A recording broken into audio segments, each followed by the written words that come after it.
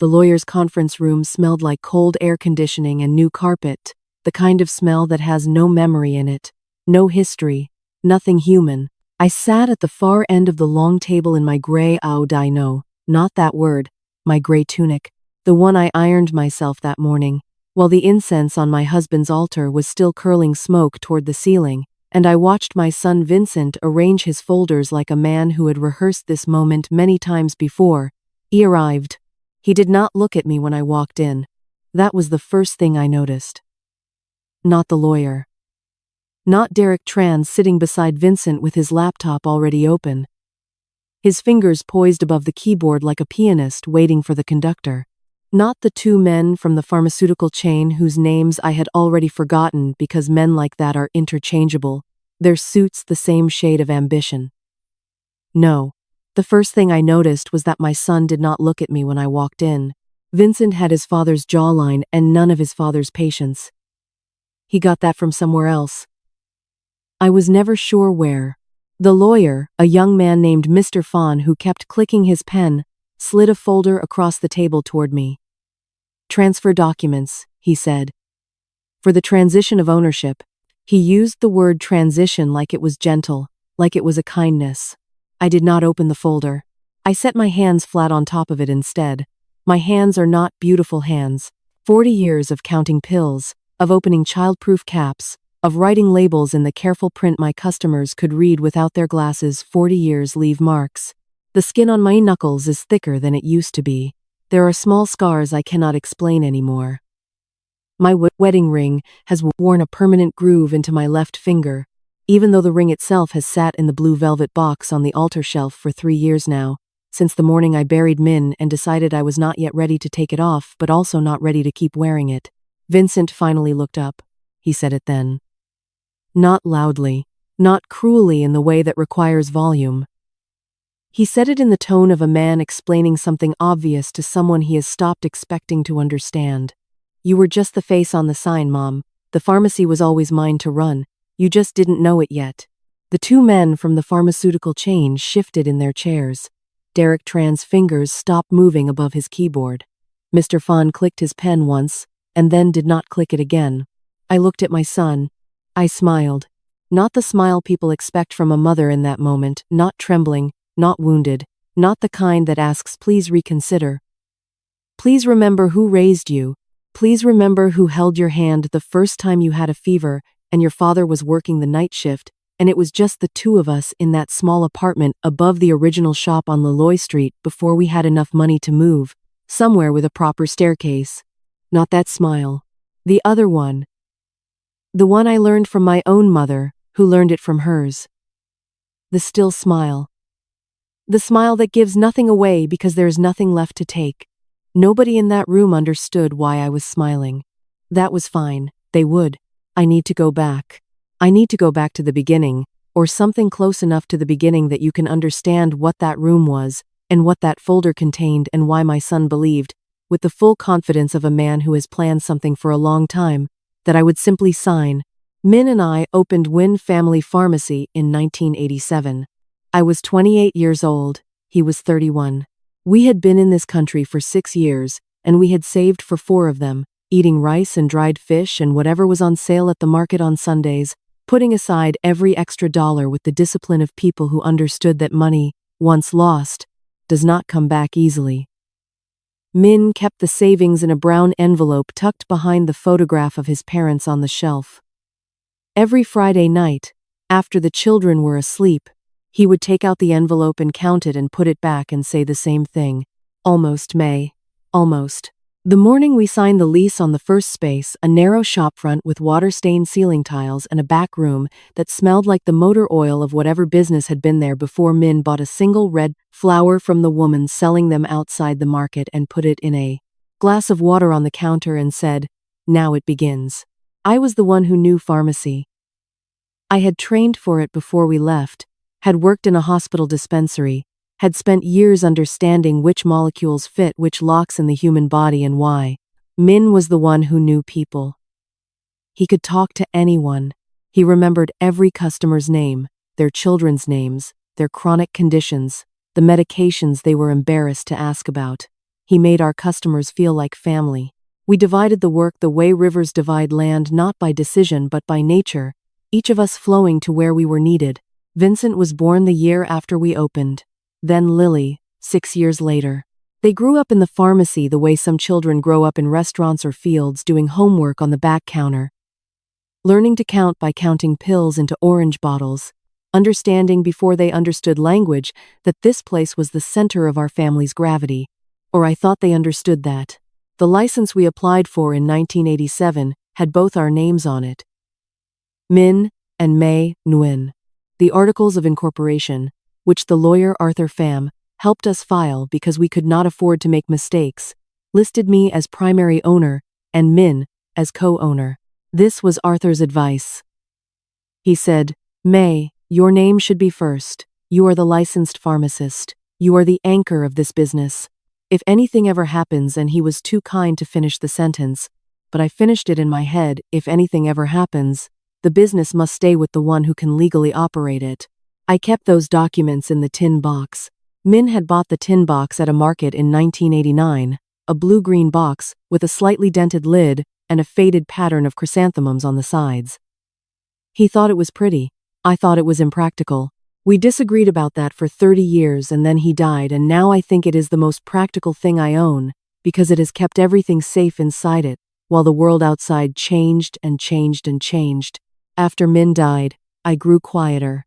This is what loss does to some people. Not all people, some people become louder after loss, filling the silence with noise because the silence is where the grief lives. I went the other way. I became a woman who observed. I sat with my tea and I watched. I listened to the spaces between words as much as the words themselves. I had always been this way to some degree.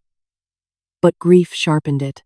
Grief made me into something very still on the surface, like a pond in the hour before dawn, when the water looks like it is doing nothing and underneath it is full of everything. There is a saying I learned from my mother, who said she learned it from her mother before her, passed down through the women of our family like a recipe that exists in the hands and not on paper. Still water runs deepest. I thought of that saying as I sat in the conference room with my hands on top of the folder my son had prepared for me to sign.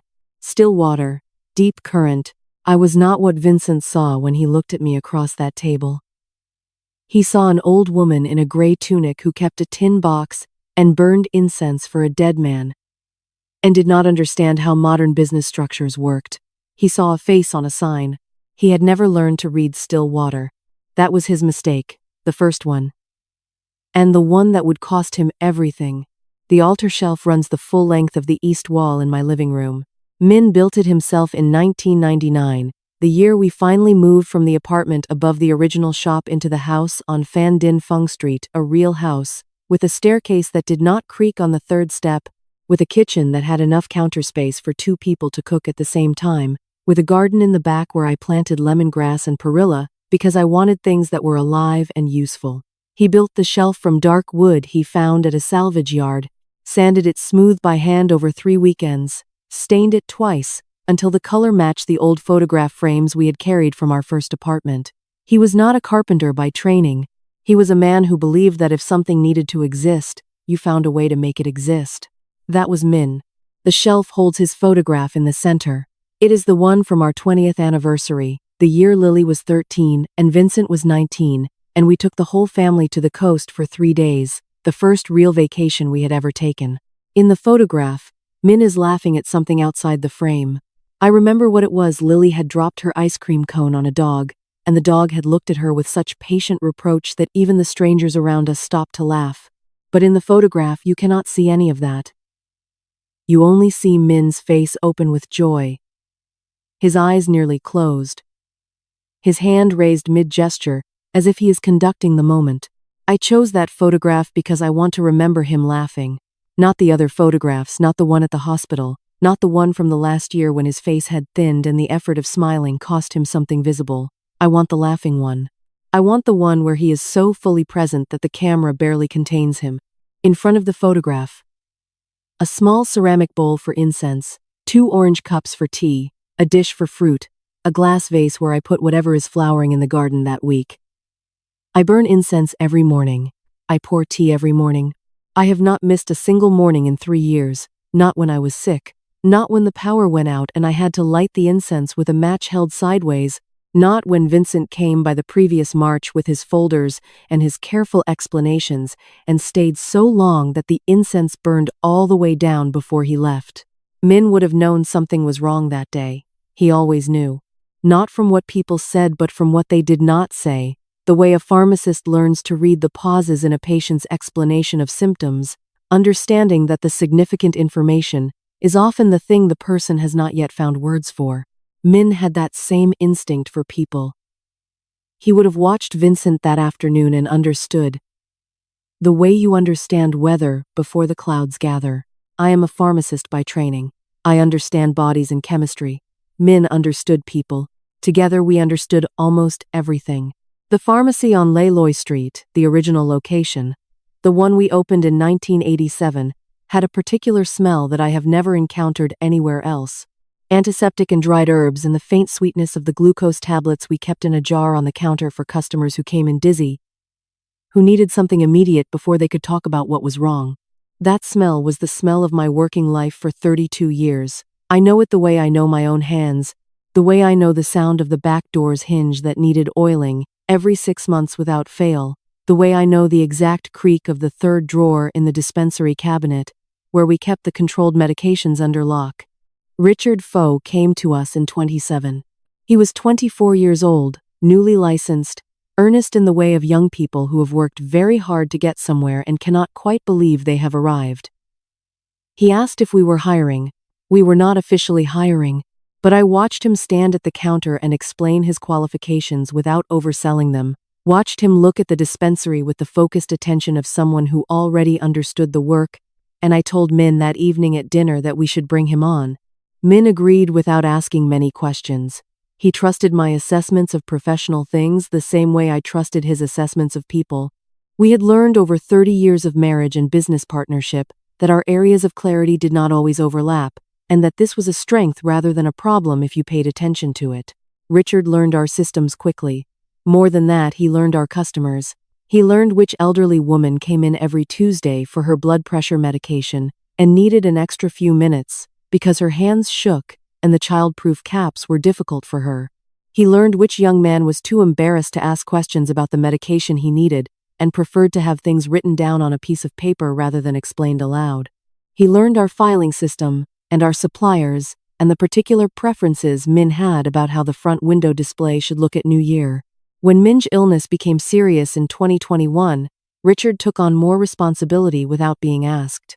This is the thing I remember most about that period, not the hospital appointments, not the paperwork, not the conversations with doctors whose words I had to translate into the language of what they actually meant. What I remember is coming back to the pharmacy after a long afternoon at the hospital and finding everything done, the closing accounts balanced, the orders placed, the floor swept, Richard sitting at the counter finishing the last of the day's records in the careful handwriting I had taught him to use because legibility is a form of respect for the next person who needs to read your work. He never said anything about it.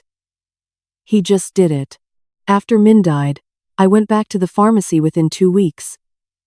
People told me to take more time. Vincent told me to take more time. I did not take more time. The pharmacy was where I knew who I was. It was the place where my hands remembered their purpose, and my mind had something necessary to do, and the hours moved forward instead of pooling around me the way grief does when you give it too much empty space to fill. Vincent had never understood this about the pharmacy. He understood it as a business. Revenue and expenses and market positioning and growth potential, these were the words he used when he talked about the shop. He had worked there summers during high school and 1 year after university before deciding that his skills were better suited to the corporate sector, which was not wrong. Vincent was good at the corporate world.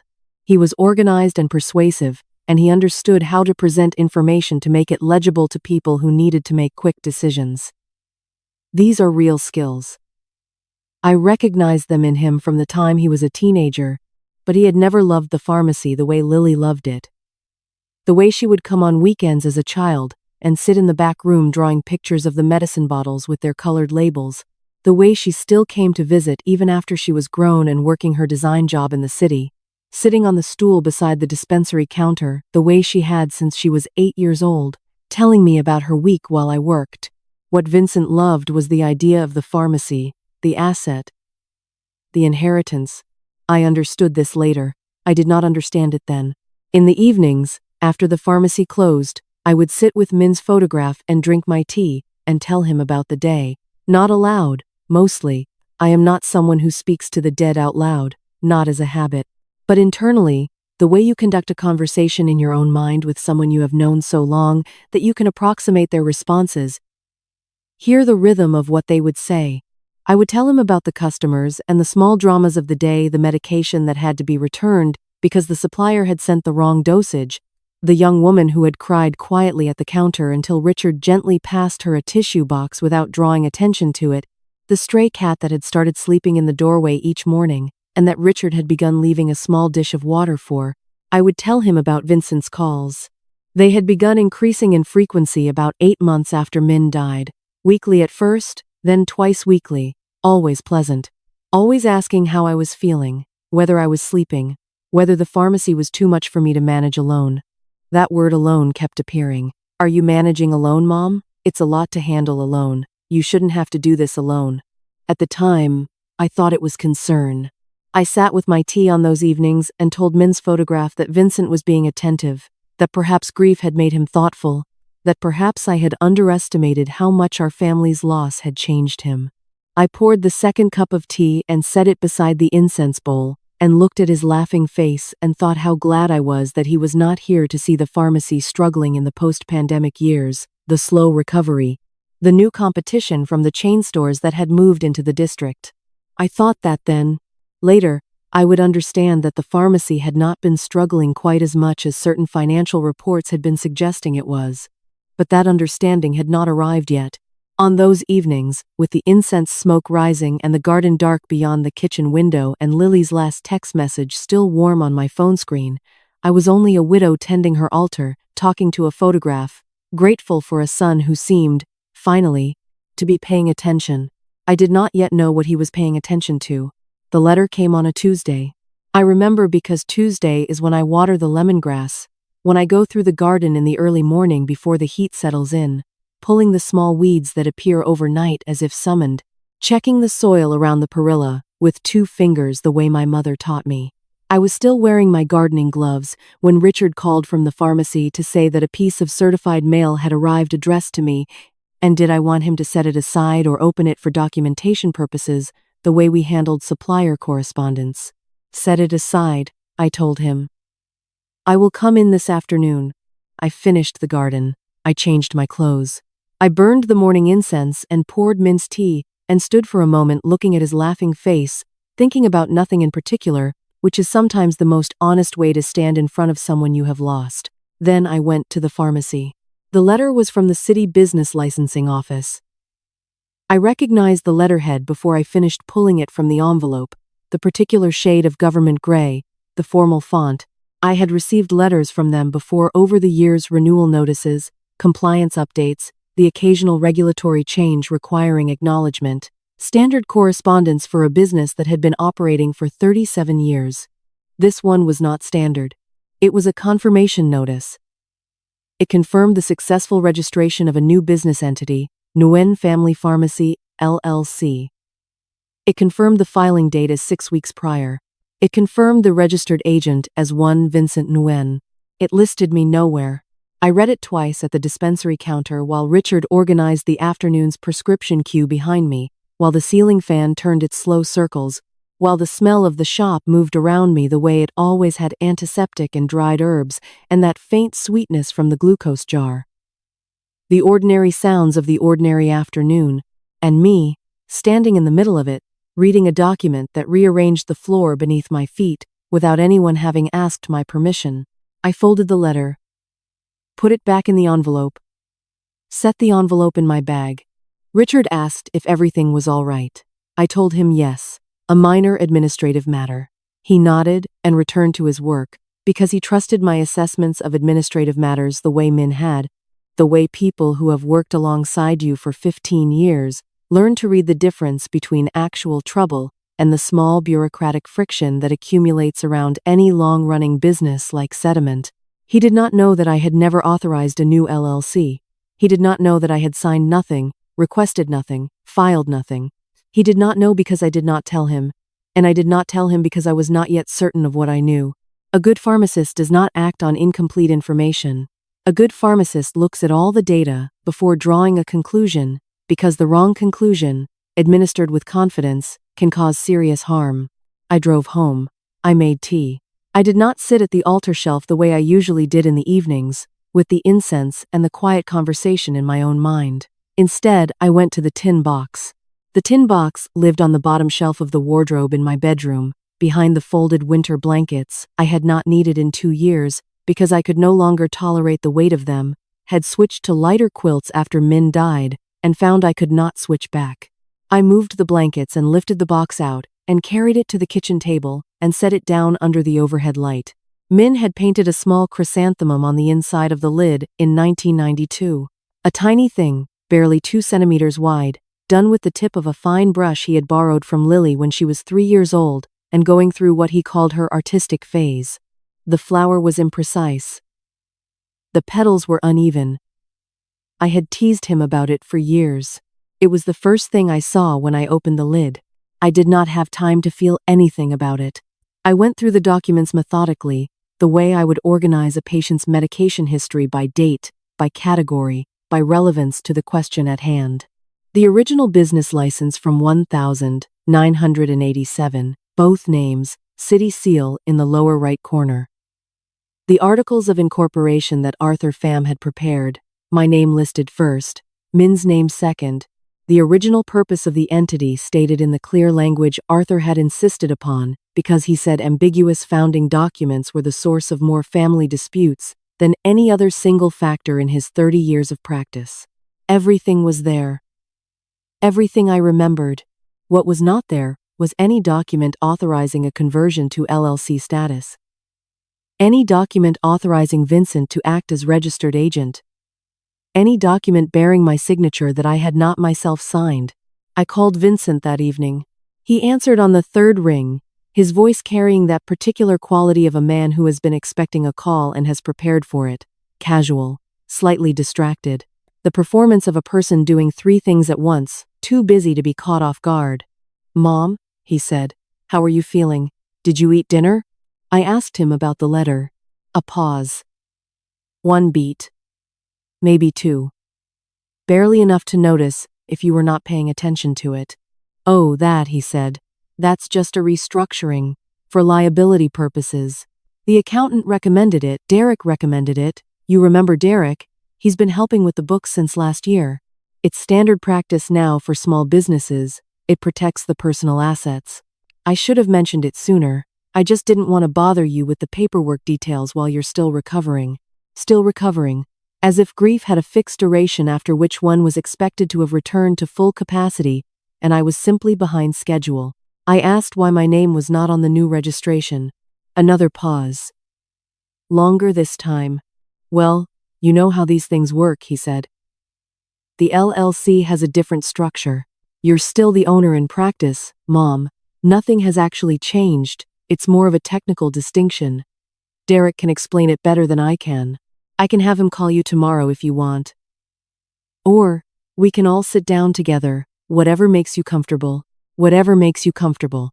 The words of a man who has decided what is comfortable for you and is now offering you the form of choice without its substance. I said that would be fine. I said tomorrow would be fine. I said goodnight and I set the phone down on the kitchen table next to the tin box, and I sat there for a moment with my hands flat on the wood, the way I had sat in the lawyer's conference room with my hands flat on the transfer folder. And I breathed. Richard called the next morning before I had finished my tea. May, he said he had called me May since his 3rd year with us, at Min's insistence, because Min felt that surnames created unnecessary distance in a family business. "May, there's something I think you should see. A supplier called yesterday after you left, the one on Nguyen Thi Minh Khai, about the standing order. They said they'd received instruction to redirect the monthly invoices to a new billing contact, someone named Derek Tran." He said it carefully. Richard delivered difficult information the way I had trained him to deliver difficult information to patients directly, without softening it into something unrecognizable, but also without urgency designed to panic. Just the fact. Just the clear, observable fact, offered to a person trusted to know what to do with it. I asked when this instruction had been sent. 3 months ago, he said. 3 months ago. 6 weeks before the LLC registration letter, which meant this had begun before the letter, before whatever Vincent would frame as a simple restructuring, before any conversation with me about liability or protection or whatever else Derek Tran was prepared to explain in terms designed to be too technical for an old woman who had never understood the fine print. 3 months ago, while I was watering my lemongrass and burning my incense and sitting in the evenings telling a photograph about the small dramas of the day, while I was grateful for my attentive son, while I was thinking that grief had finally made him thoughtful, I thanked Richard. I told him to document the supplier call in the correspondence file. I told him I would come in by noon. When I hung up, I looked at the tin box still sitting on the kitchen table where I had left it the night before. I had not yet put it away. I looked at it for a long moment in the morning light coming through the kitchen window. The chrysanthemum paint on the inside of the lid just barely visible through the gap where I had not fully closed it. 3 months ago, Vincent had started moving the walls around me, and I had been standing in the middle of it, watering my garden, thinking the ground was still. Derek Tran arrived at my house on a Thursday morning carrying a leather portfolio and a cup of coffee he had bought for himself without bringing one for me. This is a small thing. I am aware it is a small thing, but I have spent 68 years paying attention to small things, because small things are where character lives. Large gestures can be rehearsed. Kindness performed for an audience means very little, but whether a person thinks to bring coffee for the woman whose house they are entering at 9 in the morning, whether they consider that she might also want something warm to hold while they explain the technical distinctions of business restructuring, that is not something you rehearse. That is simply who you are. Derek Tran was 34 years old and had the particular confidence of a man who had been told he was clever enough times that he had stopped questioning it. He wore his shirt tucked in precisely. His portfolio had his initials embossed in the lower right corner.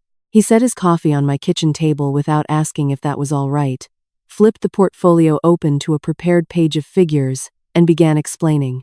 I let him explain. This is something I learned in 40 years of pharmacy work. You let people finish before you ask your questions, because people often say the most revealing things in the last 30 seconds of an explanation they believe you have already accepted. They relax too early. They let small details slip through that they would have controlled more carefully if they had known you were still listening with full attention. Derek explained the LLC structure. He used words like liability, protection, and tax efficiency, and simplified succession planning. And all of these words were real words with real meanings that applied to real business situations, which made them harder to argue with directly and easier to hide things behind. He showed me a chart of the new entity structure. He showed me a projection of theoretical savings over 5 years under the new arrangement. He did not show me who owned the LLC. I asked. He said the ownership structure was still being formalized. He said these things took time to settle properly. He said Vincent was handling that aspect, and it would all be clarified in the next filing cycle, which was a phrase that meant nothing specific and could refer to any window of time between 1 month and 1 year. I asked for a copy of the filing documents. He said he would have to check with Vincent about which version was appropriate to share at this stage. At this stage, as if my own business had stages of information I was permitted to access. I poured my own tea while he talked. I set the cup down. I looked at the figures on his prepared page, and I asked him to walk me through the monthly revenue numbers for the past 18 months. He hesitated. The hesitation was brief, a professional hesitation, the kind that looks like a man organizing his thoughts, rather than a man deciding how much to reveal. But I caught it the same way. I would catch a slight inconsistency in a patient's description of their symptoms. The pause that is one beat too long. He walked me through the numbers. The pharmacy's monthly revenue for the past 18 months had declined. Not catastrophically. Not in the way that would alarm a person who was not paying close attention, but steadily, month over month, a gradual downward slope that Derek presented with a slight forward lean, the body language of a person delivering bad news that he has already framed as inevitable. Challenging market conditions, he said. Increased competition from the chains. Post-pandemic shifts in consumer behavior. I nodded. I asked clarifying questions about 2 line items that did not add correctly. He gave me explanations for both. I wrote them down. After he left, I sat at the kitchen table with my notepad and added the numbers myself. The way I had always done the pharmacy accounts in the early years, before we could afford the software, before Richard had come to work for us and taken over the bookkeeping with his careful handwriting. I am not an accountant, but I understand numbers the way anyone understands a language they have used daily for 40 years. You do not need to be a poet to know when a sentence is wrong. The numbers Derek had shown me were internally consistent. That was what bothered me. Numbers that are genuinely declining due to market forces do not behave in perfectly consistent ways. Real business fluctuates. There are months where a supplier delay affects inventory. There are months where a neighborhood event brings in unusual foot traffic. There are seasonal patterns and anomalies and the small irregularities of actual human commerce. The numbers Derek had presented were too smooth, too even in their decline. Like a story that has been edited to remove the details that would make it complicated. I called Arthur Pham that afternoon. He was 71 years old and technically retired, which in his case meant he worked 4 days a week instead of 6, and had taken up growing orchids in the spare room of his house. He answered his personal phone on the second ring, which he always had, his entire career. Arthur believed that a person who did not answer his phone promptly was communicating that other things were more important than the person calling, and he refused to communicate that. "May," he said. "It has been too long." I told him I had a question about LLC filings. About what documentation would be generated when a sole proprietorship converted to an LLC structure. About what signatures would be required. About whether the original articles of incorporation could be superseded without the consent of all named original owners. There was a pause on his end. Not the hesitation pause I had heard from Derek. Arthur's pause was the pause of a man who is thinking carefully because what he is about to say matters. "May," he said. "What has happened?" I told him about the letter. About the supplier invoices redirected to Derek Tran. About the revenue numbers that were too smooth. About the meeting this morning and the portfolio with the initials and the coffee that came in 1 cup. He was quiet for a moment. Then he said, "Do you still have the original articles?" "In the tin box," I told him. "Good," he said. "Keep them there, don't move them, and May, don't sign anything." "Not until I've looked at what has been filed." I asked him how long it would take. "A few days," he said. "I still have contacts at the filing office. I can get the actual documents, the ones that were submitted, and we can compare them against what you have. If there are discrepancies," he did not finish the sentence. Arthur had practiced law for 40 years. He knew, as I knew, that the shape of a thing can be understood before you have named it. I thanked him. I set the phone down. Outside the kitchen window, the lemongrass moved in the afternoon breeze. The garden was doing what gardens do, growing steadily in the background while other things claimed your attention, requiring nothing from you except that you remember to come back to it. I thought about the past 18 months. About Vincent's calls increasing in frequency. About his gentle, persistent references to my being alone, to the pharmacy being too much, to the importance of having proper structures in place for the future.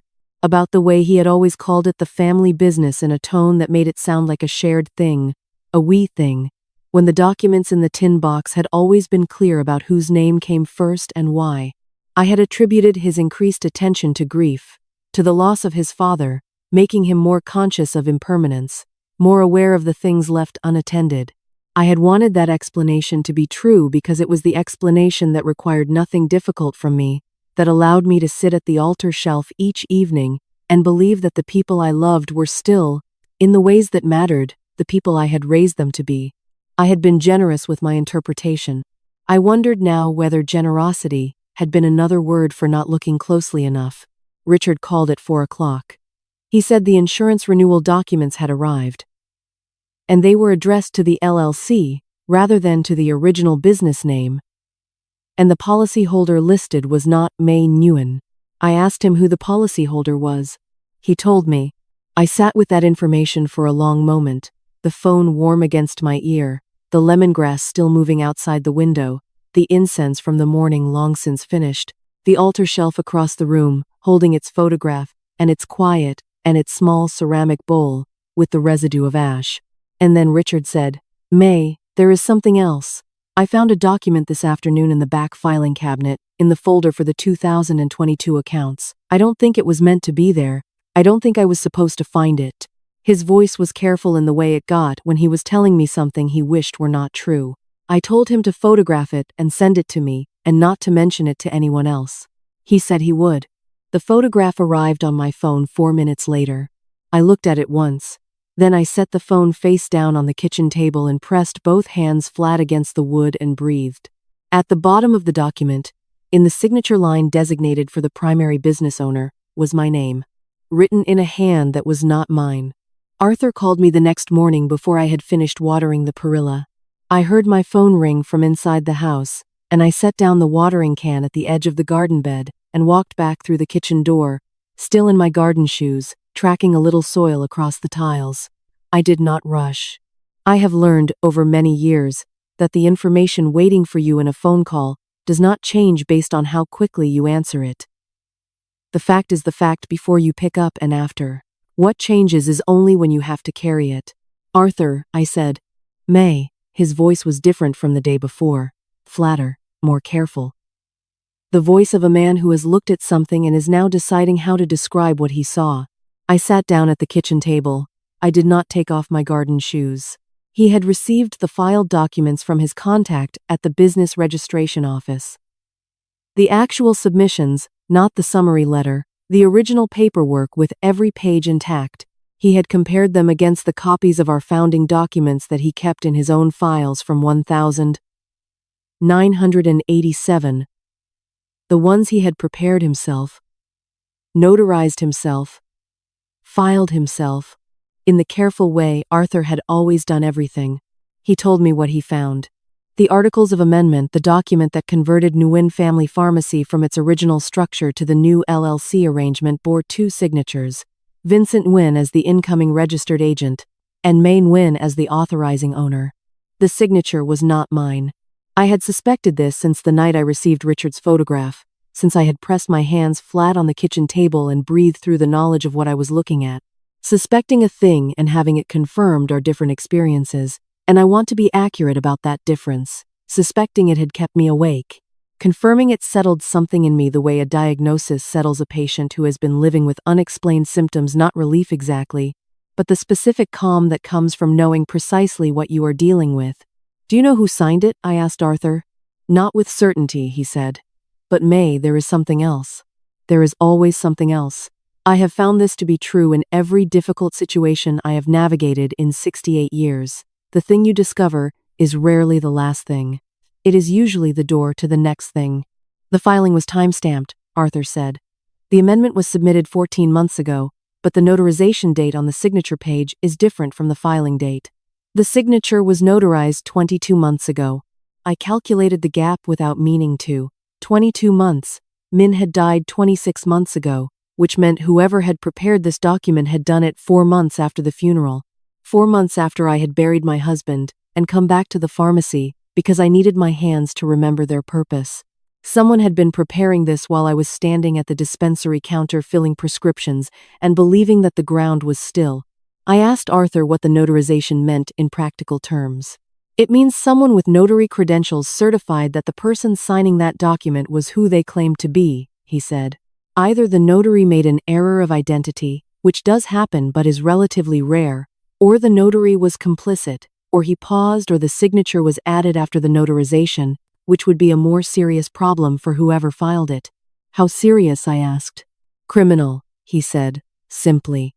The words sat between us on the phone line, plain and unornamented. Arthur had always believed in plain language. I told him about Richard's photograph. I described what I had seen in the document from the 2022 filing cabinet, the signature in my name in handwriting that was not mine. He asked me to forward the photograph to him immediately, and to have Richard secure the original document somewhere safe, somewhere it could not be removed or altered, before we had a chance to examine it properly. I sent him the photograph while we were still on the phone. I heard him open it. I heard the silence that followed. May, he said finally. I need to make some calls. Give me until this afternoon. I spent the morning, the way I spend mornings when I need to think, without thinking directly about the thing I am thinking about. I cleaned the kitchen. I reorganized the herb cabinet that did not need reorganizing. I made a full pot of congee that I would eat over the next 2 days, standing at the stove stirring in the slow circular way that is less cooking than it is meditation. I thought about Derek Tran. He had come to my house with his embossed portfolio and his single cup of coffee and his explanation of liability structures, and he had looked at me with the particular expression of a professional who expects to be believed. Not because he had earned belief, but because he held the papers, and I was an old woman, and old women, in the experience of men like Derek Tran, do not read the fine print. I thought about Vincent, about the calls that had increased after Min died, about the word alone, repeated in different arrangements across different conversations, the way a salesman returns to the same pressure point from different angles, testing for the place where the resistance is weakest, about the document notarized 4 months after the funeral. Richard called at noon. "I've been looking at the accounts more carefully," he said. "The ones from the past 2 years. May, I found something in the payment records. The equipment maintenance contracts, the ones for the dispensing systems, the refrigeration units, the point-of-sale terminals. They've all been renewed under the LLC name. But the billing amounts are different from what they were under the original business." "Different how?" I asked. "Higher," he said. "Significantly higher. The refrigeration maintenance contract was $4.2 million per year under the original business. Under the LLC, it's $8.9 million. The point-of-sale contract doubled as well. I called the service company to verify, and they said their rates haven't changed. Their rates are the same as they've always been." I set down my congee spoon. "Where is the difference going?" I asked. He was quiet for a moment. "Then, the payments are being made from the pharmacy operating account, same as always. But I traced the receiving account for the excess amount, the portion above the actual contract cost, and it routes through an intermediary account before it reaches the service company. I can't see past the intermediary from our end. But May, the intermediary account is registered to a holding company. The holding company is called DN Consulting Services." I asked him if he knew who owned DN Consulting Services. He said he didn't. But he said the initials meant something to him, and he thought they might mean something to me. "DN," I said. "Derek Nguyen," he said quietly. "Except Derek Tran's full legal name, I checked the contract he signed with us last year as our external accountant. His full name is Derek Nguyen Tran." I stood at my kitchen stove with the congee still warm in the pot beside me, and the lemongrass visible through the window and Min's altar shelf on the other side of the wall, and I understood then that the revenue decline Derek had shown me in his prepared presentation was not the result of market forces. The revenue had been redirected through inflated service contracts, through an intermediary account, into a holding company bearing the initials of the man who had brought his own coffee to my house and explained to me, with great patience, why my name did not need to appear on my own business registration. 18 months of excess payments. I did not have the exact figure yet, but I could estimate the shape of it. Millions. Not catastrophic enough to show on a surface review. Enough to matter enormously over time. Arthur called at 3 o'clock. He had reached a colleague who specialized in business fraud. He had shared the documents, the photograph, the timeline. His colleague had looked at everything and confirmed what Arthur already believed.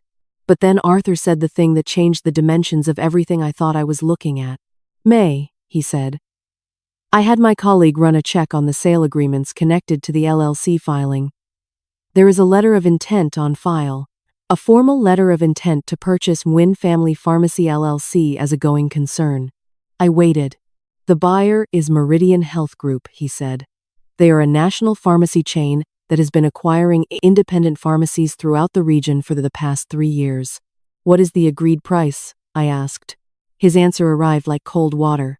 And then he said, "The closing date is in 19 days.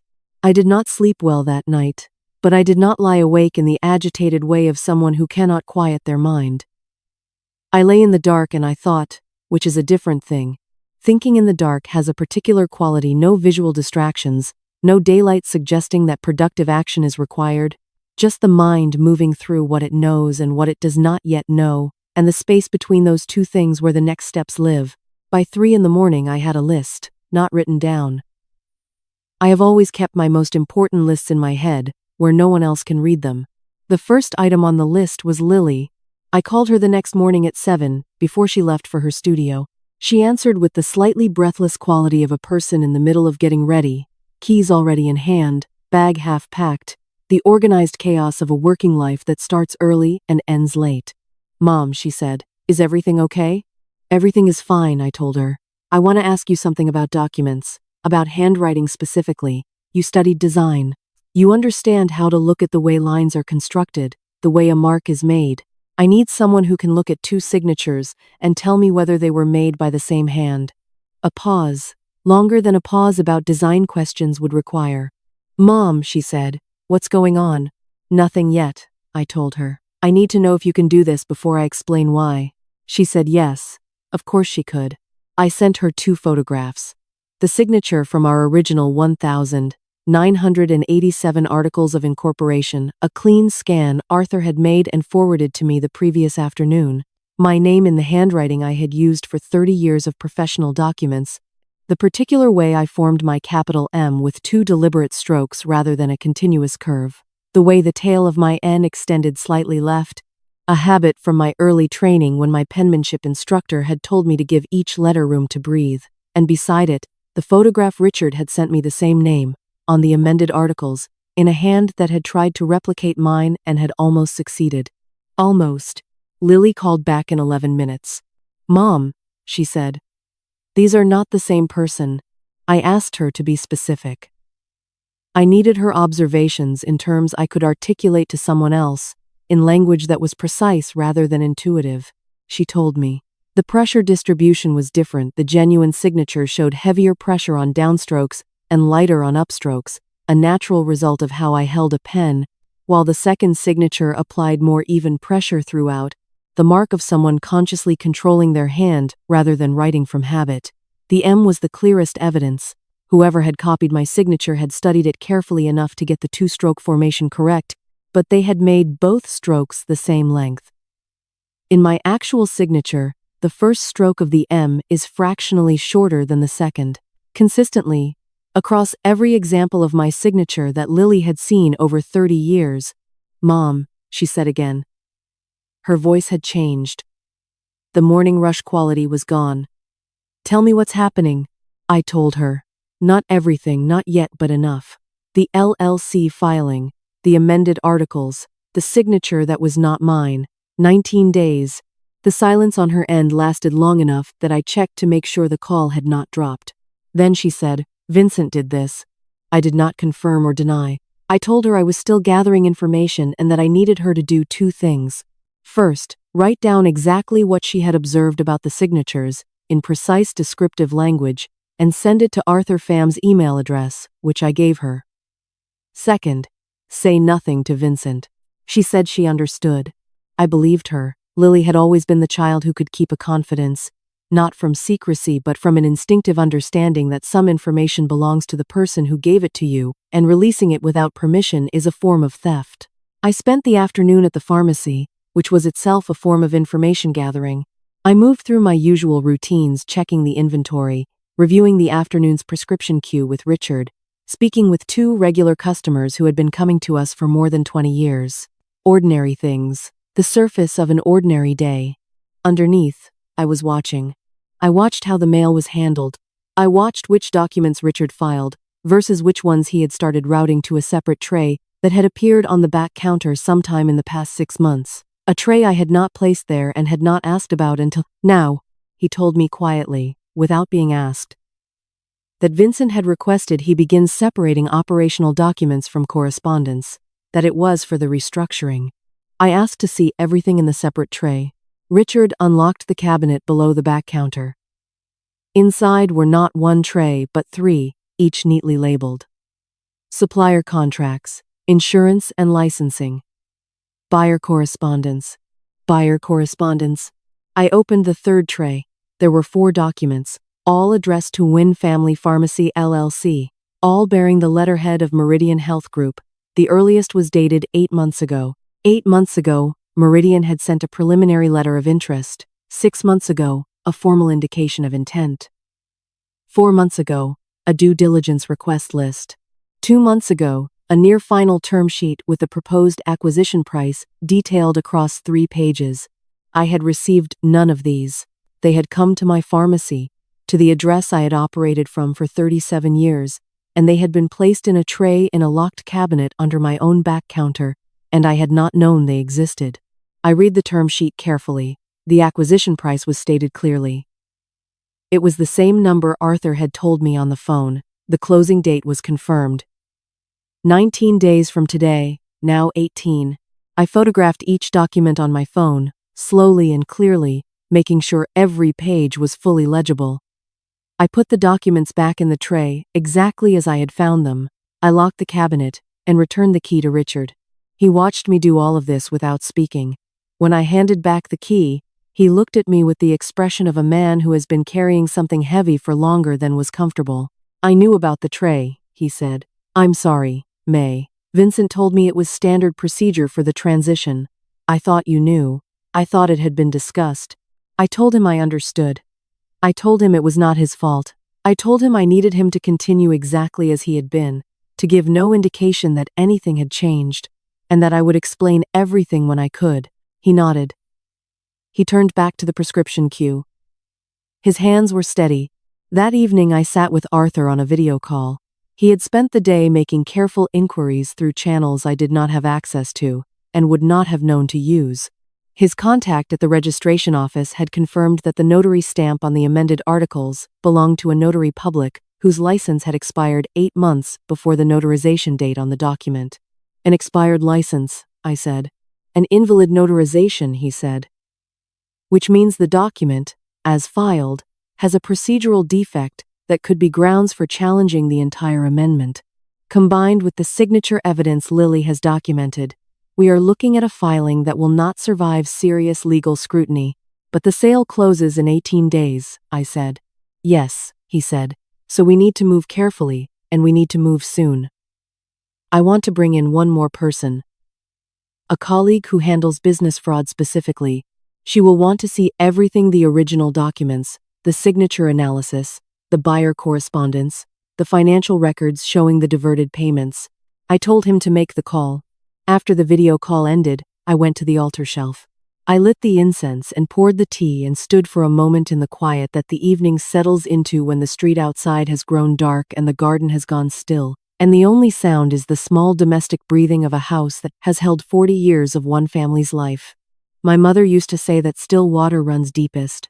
She said it about people, about the ones who moved through the world quietly and were underestimated because of their quietness, about the ones who accumulated understanding over time, the way rivers accumulate water in the dry season, slowly, invisibly, until the moment when there is more than enough. I had been still for 68 years. I had been observed and categorized and, in the past 18 months, systematically deceived by people who believed that stillness was the same as emptiness. I looked at Min's photograph. At his laughing face, the hand raised mid-gesture, the joy that could not be contained by the frame. I thought about what he would have said, watching me stand there with the evidence accumulating around me like water in a dry season, rising quietly, patient and inevitable. He would have said, "Almost, May, almost." I blew out the incense at 9 o'clock and went to my bedroom and opened the tin box one more time. I moved through the documents slowly, in order, the way I had organized them since 1987. License, incorporation, amendments, correspondence. Behind the correspondence section, tucked against the back wall of the box, where I had put it years ago and not thought about since, was a single folded paper I had forgotten existed. I opened it. It was a letter from Min, written in his handwriting, dated 2 weeks before his death, which meant he had written it knowing he was dying, which meant he had chosen what to say carefully. The first line stopped me completely. "May, if you are reading this, then Vincent has done what I was afraid he would do.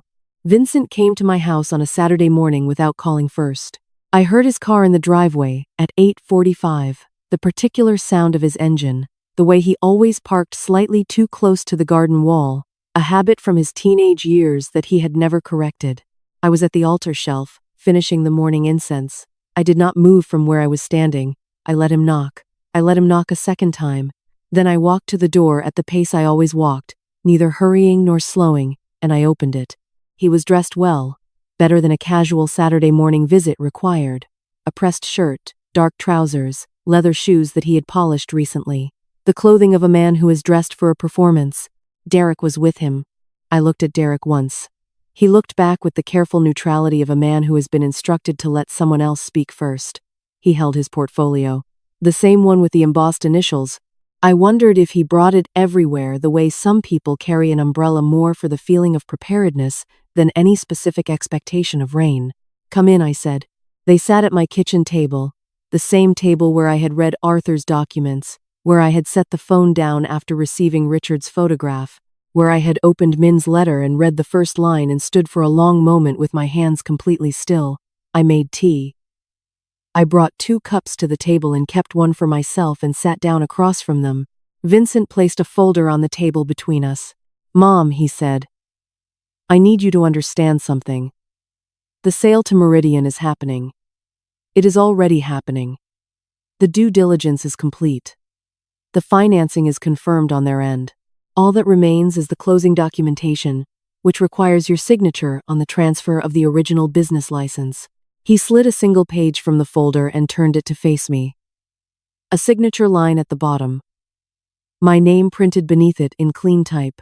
A pen placed beside it, already uncapped, with the deliberateness of a stage prop positioned before an audience arrives. I looked at the page. I did not touch it. I going to expect. The sale price allows us to pay off the pharmacy's outstanding liabilities. After that, there will be a remaining distribution that you'll receive as the original founder. You will be recognized. You will be compensated. This is not a bad outcome for you. I asked how much the distribution would be. He named a figure. It was approximately 4% of the total sale price. 4%, I said. It accounts for the accumulated liabilities and the restructuring costs, Derek said. It's actually a generous recognition given the current state of the business. The current state. The state that had been engineered through 18 months of diverted payments and inflated contracts and documents, filed without my knowledge or consent. I looked at Derek when he said it. He held my gaze for exactly 3 seconds before finding something to examine on the surface of his portfolio. Vincent leaned forward. "Mom, I need you to hear me clearly. The sale closes in 16 days. The buyer has been patient, but there is a hard deadline. If the original license transfer is not completed before closing, it creates a legal complication that could jeopardize the entire transaction. I need your signature today." "Today," I said, "or tomorrow at the latest. Arthur Pham has been calling, and I want you to know that whatever he's told you, he's working from old documents, from a structure that no longer reflects the current legal reality of the business. The LLC supersedes the original incorporation. That's simply how it works." The amendment was properly filed and properly executed. "Properly executed," I said. Something moved across his face. Brief, controlled, gone quickly. He was good at controlling his expressions. He had been good at it since childhood, since the age when children learn that certain feelings are better concealed than displayed. I had always known when he was doing it. I had never told him. "Mom," he said, "I know this feels sudden. I know you're attached to the pharmacy, but you haven't been actively involved in operations for over 2 years. The business has challenges you may not be fully aware of. This sale is the best outcome available. If we miss this window, Meridian moves to another acquisition, and we lose everything." "We," I noted. The word had appeared. The same "we" that had been in his calls for 18 months. The shared vocabulary of a plan that had never actually included me. Derek opened his portfolio and produced a second document. This one was thicker. He set it beside the signature page. "This is a full accounting of the pharmacy's current financial position," he said. "As you can see, the liability situation is significant. Without the sale, the business faces serious solvency questions within the next operating year." I did not look at the document. I looked at the pen beside the signature page. Uncapped. Waiting. My son watched my face the way a person watches a door they are trying to determine is locked. "I need a few days to review everything with Arthur," I said. "The accounting is straightforward. Derek can walk you through it right now. Arthur has been my family's lawyer for 40 years, I said. I would like him to look at this. Vincent sat back. A slight movement, but I had been watching him for 43 years. It was not relaxation, it was recalibration. Mom, I want to be honest with you. Arthur's involvement at this stage is more likely to create confusion than clarity. He works from frameworks that don't apply to how modern business structures operate. He's going to raise objections that sound significant but don't actually change the legal reality of where the pharmacy currently stands. The legal reality, I said. Yes, the LLC is the operating entity. I am the registered agent. The sale is contracted to proceed. Your signature on the original license transfer is a formality. It is the last remaining formality, and it is necessary for the transition to be complete. That's all this is. He picked up the pen. He held it out to me across the table. For a moment, neither of us moved. The kitchen was very quiet. Through the window, I could see the garden, the lemongrass in the morning light, the perilla moving slightly in a breeze I could not feel from inside. The incense had long since finished on the altar shelf, but the faint trace of it remained in the air, the way it always did for an hour or two after it burned down. I looked at the pen my son was holding out to me. I looked at his face. The pressed shirt, the careful sentences, the 16-day deadline presented as inevitable physics rather than a plan that could be interrupted. I looked at Derek, who had stopped pretending to examine his portfolio, and was watching me with the expression of a man who has been waiting for a formality to conclude. I said I would need until Monday. Vincent set the pen down on the table between us. He did not put it back in his pocket. He left it there, uncapped, pointing toward me. Monday, he said. I can give you until Monday. But May, he used my name, not Mom. The first time he had used my name since he was 19 years old and trying to make a point. I need you to understand that there is no version of this where the outcome changes. The documents are filed. The sale is contracted. What you sign or don't sign affects the process. It does not affect the result. He stood. Derek closed his portfolio and stood beside him. Two men in good clothes, standing in my kitchen on a Saturday morning, very certain of how things would go. I walked them to the door. I said goodbye. I closed the door behind them and stood in the hallway listening to the sound of his engine backing out of the driveway, the familiar sound of his car moving away down the street. Then I went to the altar shelf and stood in front of Min's photograph. I had read his letter 4 times now. I had committed it to memory the way I had once committed the pharmacopoeia to memory. Because information you carry in your own mind cannot be taken from you. He had written 6 paragraphs. He had been clear and careful and, as he always was, accurate about people. He had told me exactly what to look for, and he had told me where to find the one thing Vincent would not have thought to destroy, because he would not have known it existed. The letter had ended with a location. A specific place, described in precise detail, in language only I would understand. Monday, Vincent had said. I looked at Min's face, that open laughing face, and I thought that 16 days had seemed like very little time, but Monday was only 2 days away. And I already knew where I was going tomorrow. Sunday morning, I woke before the alarm. The sky outside my bedroom window was the particular dark blue that exists only in the 30 minutes before dawn, when the night has finished its work but the light has not yet committed to beginning. I lay still for a moment, listening to the house. The refrigerator's hum, a motorbike somewhere distant on the street, the small sounds of a life that had continued around me while I slept, indifferent and reliable. I got up. I dressed. I did not make tea first, which was unusual. Tea is the first thing, always the kettle, the cup warming between my palms. The first slow sip before the day asks anything of me. But this morning I went directly to the altar shelf and lit the incense and stood before Min's photograph in the gray pre-dawn light and read his letter one more time. 6 paragraphs.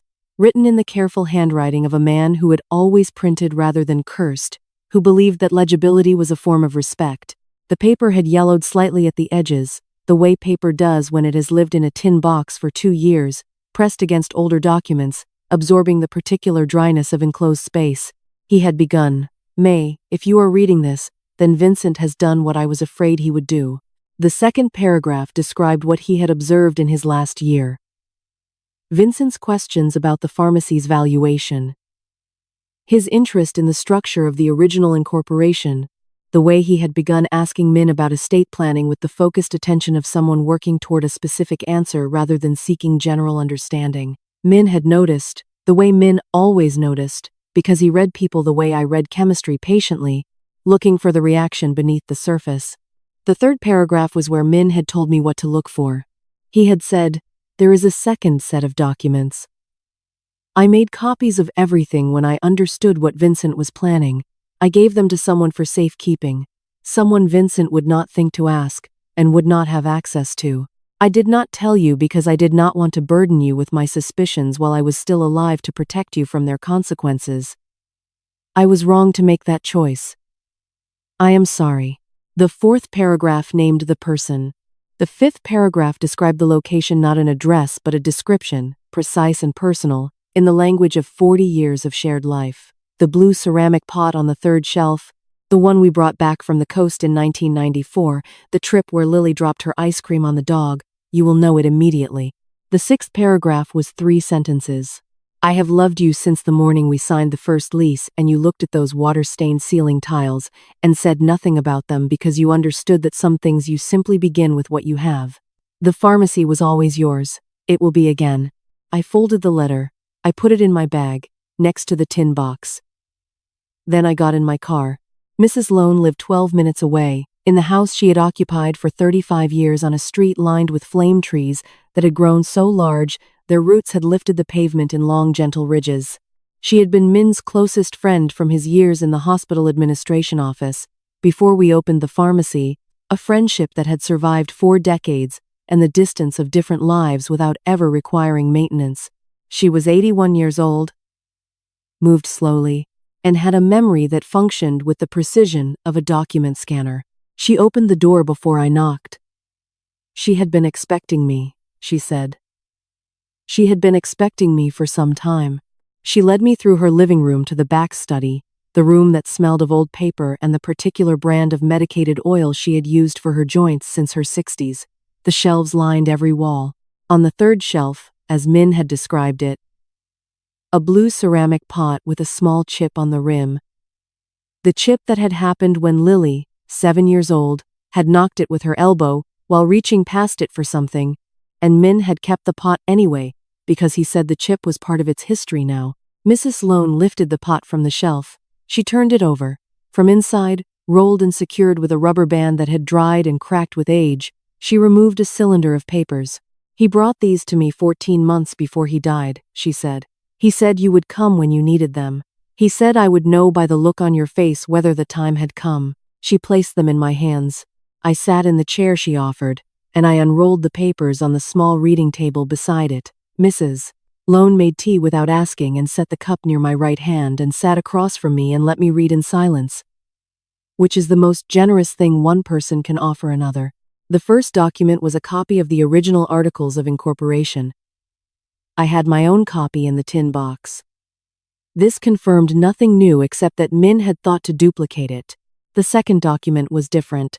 It was a notarized affidavit, prepared by Arthur Pham, signed by Min, dated 19 months before his death. In it, Min stated that he had become aware of a plan by Vincent Nguyen to restructure the pharmacy's legal ownership without the knowledge or consent of the primary owner, May Nguyen. He stated that no such restructuring had been authorized, discussed, or approved. He stated that any document purporting to show May Nguyen's consent to such a restructuring, if produced after the date of this affidavit, should be considered fraudulent and subject to legal challenge. My husband had written a legal affidavit from his hospital bed to protect me from our son. I set the page down. I picked up my tea. My hands were steady, which surprised some part of me, but another part understood that steadiness in moments of profound shock is not the absence of feeling but the presence of something older and quieter than feeling, the bedrock that does not move when the surface does. The third document stopped my breath entirely. It was a printout of an email exchange. The dates ran across 11 months, beginning 2.5 years ago, 3 months before Min's diagnosis, when none of us had known yet that his time was shortening. The exchange was between Vincent and Derek Tran. Min had been given access to Vincent's email by accident. He described it in a handwritten note clipped to the printout, the notepaper thin and slightly unsteady, written when his hands had already begun to show the illness. Vincent had used the family laptop during a visit, had not logged out, and Min had sat down afterward to check a supplier's website and found himself looking at his son's inbox. He had read it. He had printed what he found. He had said nothing to Vincent. He had said nothing to me either, because he was dying, and he wanted his remaining time with me to be what it was, not what this would have made it. The emails documented everything. Not in abstract or implied terms, but in the plain language of two men who believed their conversation was private, who had no reason to be careful because they were the only ones who would ever read it.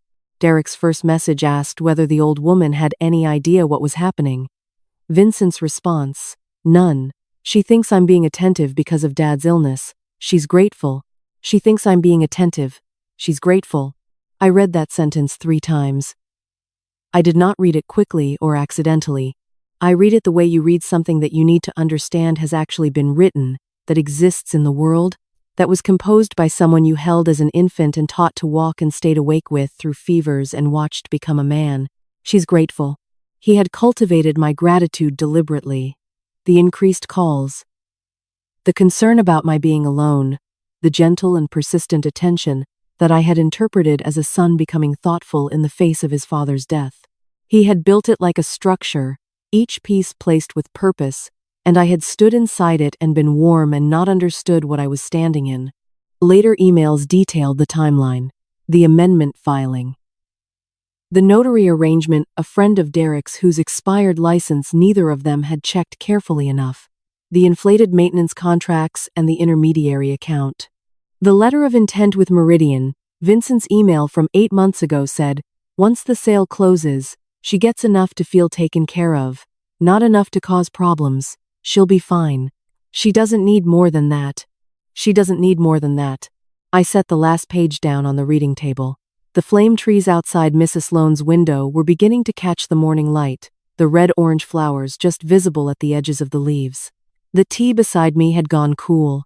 Mrs. Sloane was watching me with the careful attention of a woman who has lived long enough to know when words are useful and when they are not. He loved you very much, she said finally. He was ashamed of what he had found. He didn't want you to know his shame for Vincent while he was still alive. I looked at the papers in my hands, the affidavit, the emails, the copied articles.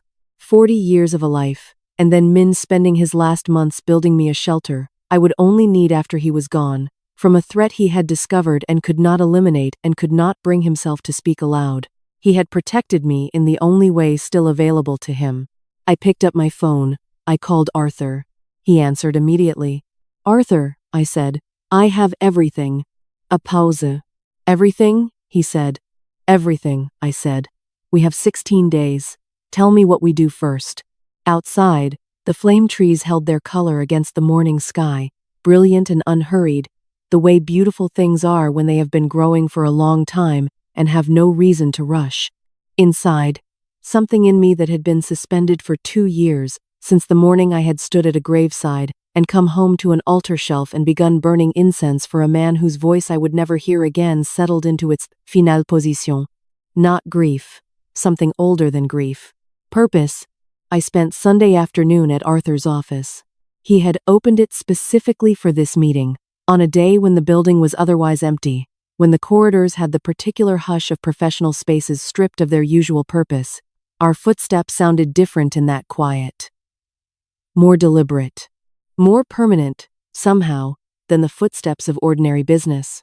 Arthur's colleague was already there when I arrived. Her name was Supervisor Chen. She had asked me to call her that, not Miss Chen, not her given name, Supervisor, because she said titles clarified relationships and clarity was useful when time was short.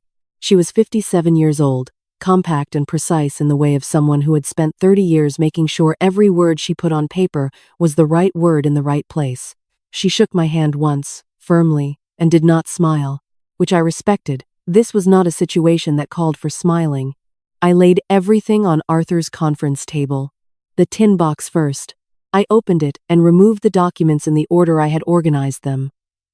Original business license. Original articles of incorporation. The financial records Richard had photographed and printed.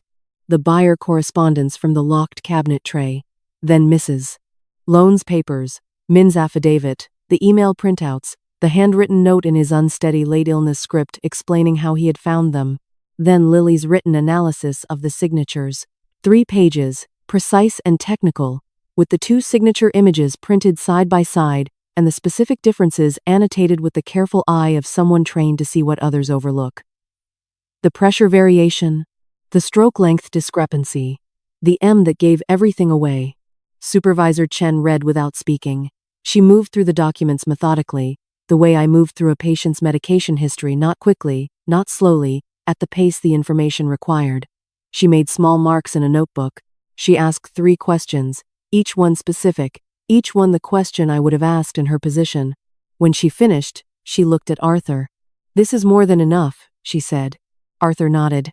He had been standing near the window, which was his habit when he was thinking, not pacing, just standing, giving himself the physical distance from the table that his mind needed to work at its best. "Tell me the timeline," Supervisor Chen said to me.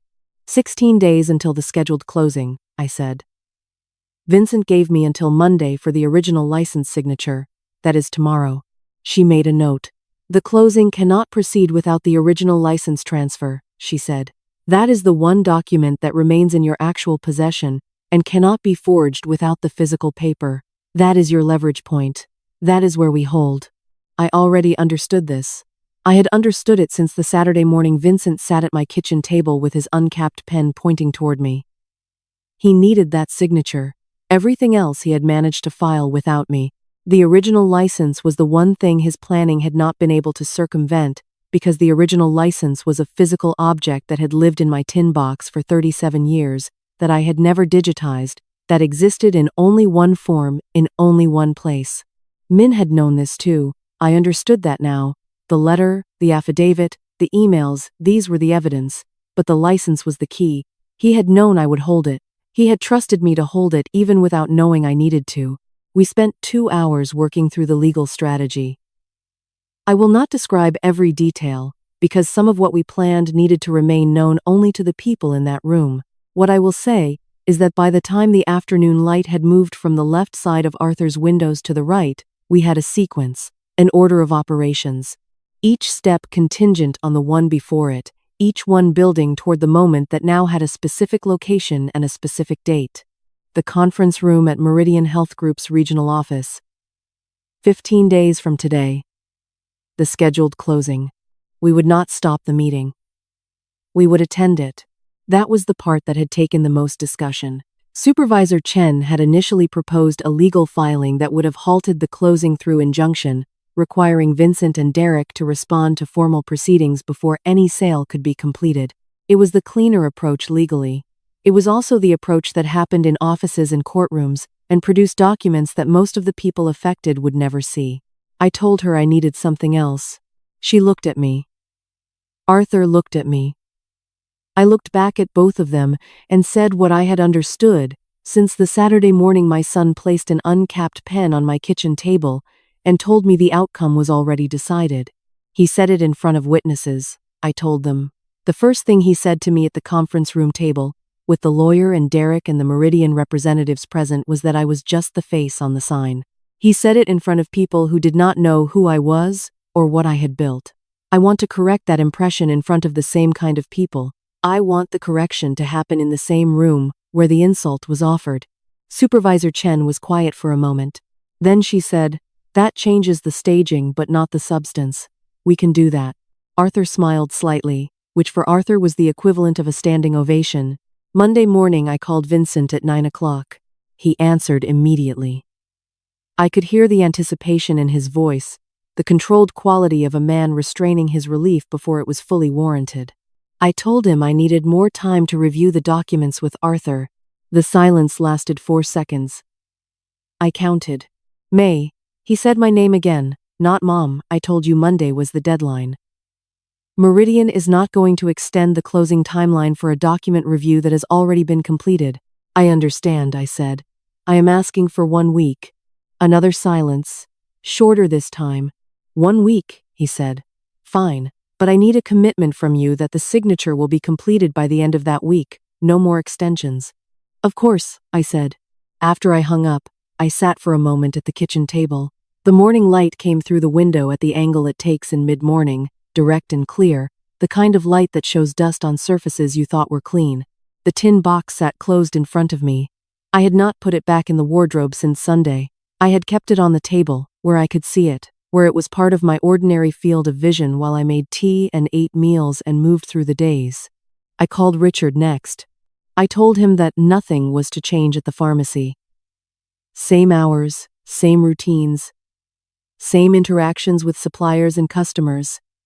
If Vincent or Derek contacted him, he was to be cooperative and unremarkable.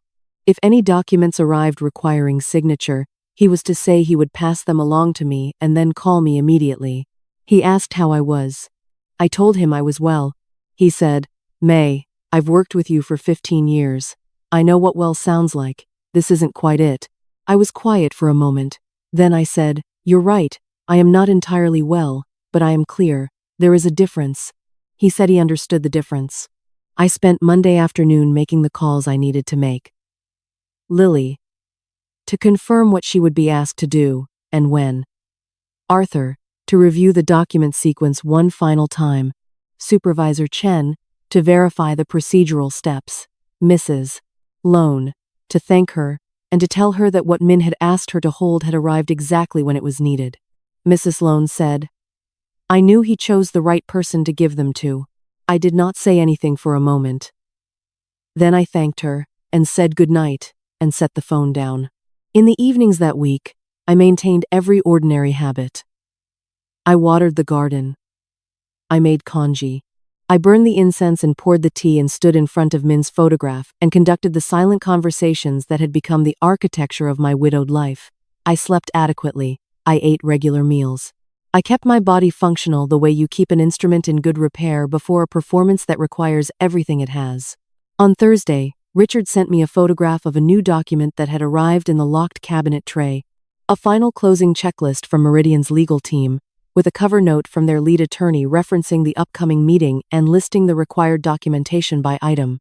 Item 7 on the list, original business license, physical copy, to be transferred at closing.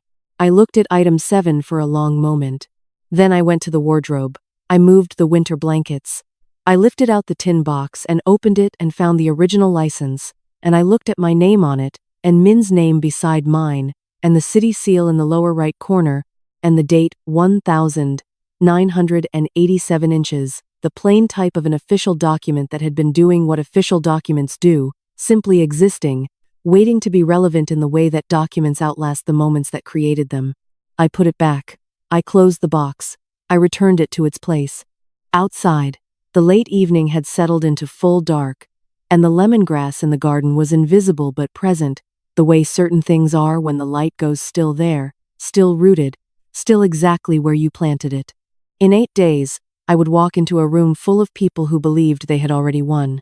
I would bring a tin box and a dead man's letter and 37 years of a life built with my own hands. And I would let them find out what still water does when it finally moves.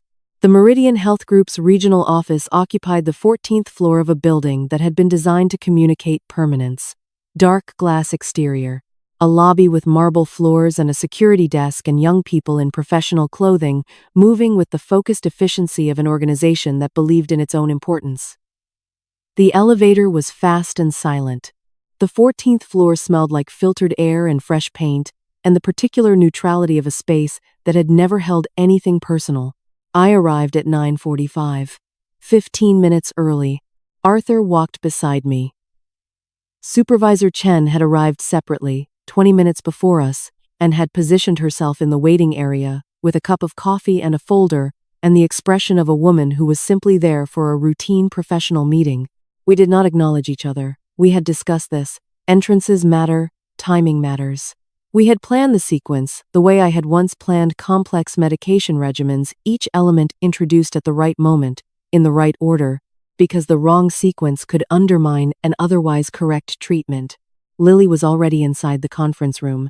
She had been invited by Vincent 2 days earlier, which had surprised him when he made the call. He had expected refusal or awkwardness, or the complicated response of a younger sibling caught between family and business. Instead, she had said yes immediately, in the cooperative tone of someone who had been given very clear instructions and was following them precisely. I signed in at the reception desk. The young woman behind it looked at my name, looked at me, silver hair, gray tunic, a tin box carried in both hands the way you carry something that belongs to you completely, and looked back at her screen without visible reaction. She printed a visitor badge. She directed me to Conference Room B. Conference Room B had a long table with 8 chairs. 4 of them were already occupied when I entered. 2 men from Meridian's legal team, both younger than Vincent, both with the coordinated efficiency of people who processed acquisitions the way other people processed paperwork competently, without particular feeling. Beside them sat Meridian's lead attorney, a woman of about 60 with reading glasses on a chain and a closed folder in front of her that was considerably thinner than the one Arthur carried. And at the near end of the table, beside an empty chair he had clearly been saving, was Derek Tran. His portfolio was on the table, embossed initials. He looked at me when I entered. His expression did not change, but something behind his eyes did. A small recalibration. He had not expected me to look the way I looked, composed, unhurried, carrying a tin box as if it were the most natural thing to bring to a closing meeting. He had expected, I think, a woman who would sit quietly in the chair her son had designated for her and follow the proceedings at the pace she was permitted. Vincent was at the far end of the table, standing, talking to Meridian's lead attorney with the animated confidence of a man in the final moments before a long plan concludes. He wore a suit I had not seen before, dark blue, clearly purchased for this occasion. He looked like his father from a distance, which still caught me sometimes, the way a familiar song catches you in a public place, sudden and undefended. He turned when I entered. For a fraction of a second, something crossed his face that I chose to read as recognition not of me specifically, but of the tin box. He knew what was in it. He had always known what was in it. He had simply believed it did not matter, that the documents inside were historical artifacts now, superseded and obsolete, the records of a structure that no longer legally existed. Mom. He came toward me with his arms slightly open, the body language of welcome, of a son greeting his mother at a family event. The performance was very good. Come sit down. We were just about to begin. I set the tin box on the table. Not at the seat Vincent was guiding me toward, at the far end, the position of an observer rather than a participant. I set it at the center of the table, where everyone could see it. And I put my hands flat on either side of it, and I stood. I would like to introduce something before we proceed, I said. The room shifted. Not dramatically, no one moved or spoke, but the quality of attention in it changed. The 2 Meridian legal associates exchanged a glance. Their lead attorney set down her pen. Vincent stopped moving. He stood very still, 3 feet from me, his welcome posture quietly abandoning itself. I opened the tin box. I removed the original business license first. I placed it flat on the table and turned it to face the Meridian attorney, because she was the person in this room whose professional obligations required her to look at what was placed in front of her. Nguyen Family Pharmacy, I said. Licensed 1987, primary owner, May Nguyen. I pointed to my name on the document, to the city seal, to the date. This has never been transferred. It remains in my name. The physical document is in my possession. It has been in my possession since the morning it was issued. The Meridian attorney picked it up. She looked at it with the focused attention of someone who understood immediately what she was looking at and what it meant for the meeting she had prepared for. I placed the original articles of incorporation beside it. Then Arthur stepped forward and placed the first of his documents on the table, Min's notarized affidavit. He identified it clearly, in the precise language of a man who had spent 40 years ensuring that what he said in professional settings was exactly what the record would show he said. The affidavit stated that no restructuring of Nguyen Family Pharmacy had been authorized by May Nguyen. It stated that any document produced after its date purporting to show such authorization should be considered fraudulent. It bore Min's signature, his identification, and Arthur's own notary seal valid, current, unimpeachable. Derek Tran's hand moved toward his portfolio and then stopped. Supervisor Chen entered the room. She had timed it precisely, as we had planned. She introduced herself by title and professional affiliation, placed her credentials on the table in front of the Meridian attorney, and stated clearly that she was present as an observer representing the business fraud division of her office, that she had reviewed the documentation in this matter and had concerns relevant to the transaction about to be completed. The room had gone completely quiet. Vincent said, very carefully, "This is unnecessary. The LLC filing is properly documented. The amendment was legally executed." Arthur placed the signature analysis on the table, Lily's 3 pages, with the 2 signatures printed side by side and the differences annotated in the careful language of someone who knew exactly what she was looking at. He explained the findings without embellishment. "The way you explain clinical results, the pressure distribution, the stroke inconsistency, the M, that was not my M." He placed the notary records beside it. "The confirmation that the notary stamp on the amended articles belonged to a license that had been expired for 8 months before the document's notarization date." Then he placed the email printouts on the table. Min's handwritten note clipped to the front, explaining how they had been obtained. The exchange between Vincent and Derek, 11 months, the planning made plain in the language of men who believed no one was reading. I watched Vincent read the first page. I had wondered, across the days of preparation, how I would feel in this moment. Whether there would be satisfaction, whether there would be grief, whether the particular exhaustion of the past weeks would lift or settle more heavily when the documents were finally on the table and visible to everyone in the room. What I felt was simpler than any of those things. I felt clear. The Meridian attorney looked up from the email printouts. She looked at Vincent. She looked at Derek. Her expression was not dramatic. It was the expression of a professional encountering a situation that required a specific kind of response. And she knew precisely what that response was. She closed her thin folder. "I'm going to need to pause this meeting," she said. "Our legal team will need time to review this documentation before we can proceed with any part of the closing." Vincent said her name. She looked at him with the patient attention of someone who has made a decision and is waiting for the other party to understand that it has been made. "Vincent," she said, "I want to be very clear. Meridian Health Group does not close transactions against which there are active fraud concerns. That is not a negotiating position. That is our policy." Derek had not spoken since I entered the room. He sat with his hands on his portfolio, very still, in the way of someone who has suddenly understood that what he is holding offers no protection. I looked at my son. He was looking at the table, at the documents spread across it, at the original business license with my name on it, the document he had needed and had not been able to touch, the one piece of his plan that had required my participation and had therefore been the place where the plan could not hold. He had called me just the face on the sign. He had said it in front of witnesses, with the confidence of a man who had decided what I was and found the definition sufficient. A face on a sign does not build a business for 40 years.